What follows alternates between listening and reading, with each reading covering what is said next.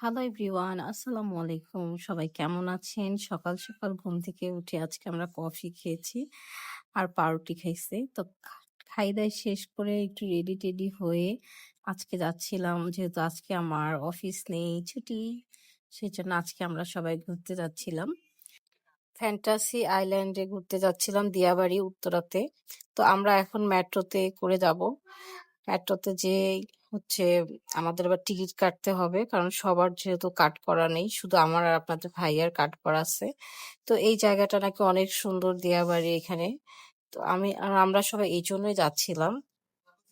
আজকে অনেক গরম পড়ছে ঢাকাতে, আর এসে দেখি অনেক ভিড়। আপনাদের ভাইয়াকে খুঁজতেছিলাম, এখন দেখি ও ওই সাইডে টিকিটের জন্য দাঁড়ায় আছে। তো আমি ওর সাথে যে একটু কথা টথা বললাম, আর আমারও টাকা নাই, টাকা ভরতে হবে। তো আমরা টিকিট টিকিট কেটে মেটে এখন চলে আসলাম উপরে।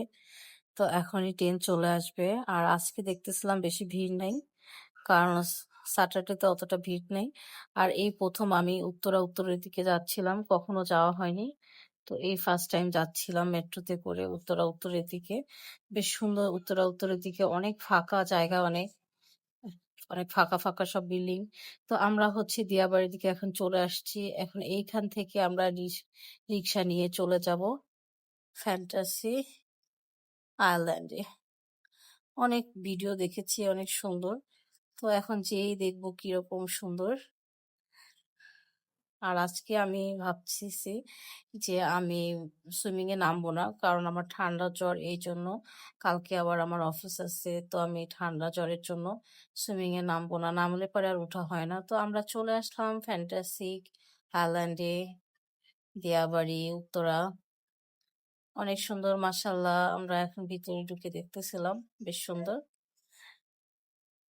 আমার ভিডিওটা ফার্স্ট থেকে শেষ পর্যন্ত দেখবেন, লাইক করবেন, শেয়ার করবেন, সাথেই থাকেন। কি কি করলাম সারাদিন আজকে, সেটাই আমি আপনাদেরকে দেখাচ্ছি। আর অনেক সুন্দর, এখানে গাছ ছিল, বসার স্পেস ছিল, আর ফাঁকা ছিল, বেশি লোকজন নেই। আজকে স্যাটারডে, সে অনুযায়ী কোনো লোক নেই। কালকে শুক্রবার ছিল, এই জন্য বোধহয় অনেক লোক ছিল। সুইমিং এ এই জায়গাটা অনেক সুন্দর লাগছিল।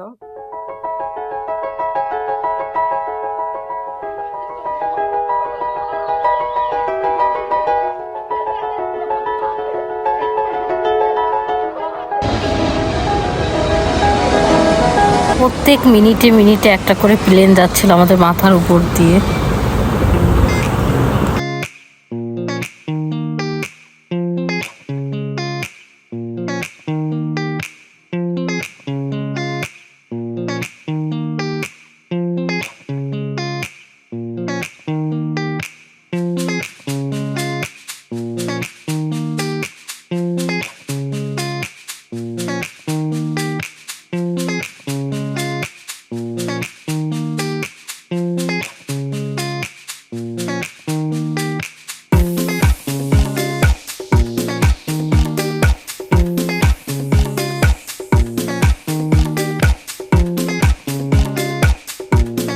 তো আমরা অনেক অনেক মজা করেছি, আলহামদুলিল্লাহ। তো আমরা এখন বাসায় চলে যাব, তার আগে আমরা লাঞ্চ করব বিএফসি থেকে।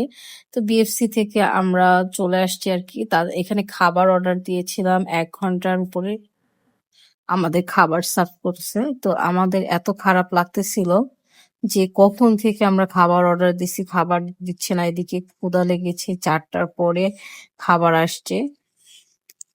তারপর আমার বোন একটু ঢং করতেছিল, সে আজকে মেকআপ ছাড়া ক্যামেরার সামনে আসছে, সেটা বারবার বলতেছিল যে দেখ পাপি, আমি আজকে মেকআপ ছাড়া এসেছি তোমার ক্যামেরার সামনে। আল্লাহ রে আল্লাহ, আমার চেহারার অবস্থা। আর ভাবতেছি কপালটা এত বড়, চুলগুলা পড়ে গেছে গা।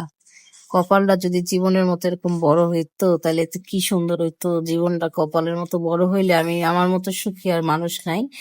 যাই হোক, অবশেষে আমার খাবার চলে আসছে, আমরা এখন খাবো আর খাবো। এত ক্ষুধা লাগছে, আর কোনো কিছু বলবো না। সবাই ভালো থাকবেন, আমার ভিডিওটা লাইক করবেন, শেয়ার করবেন, ফলো করবেন। আমরা সব খাবার এখন খাই দাই শেষ করে বাসায় চলে যাব। সবাই ভালো থাকবেন, আল্লাহ হাফিজ।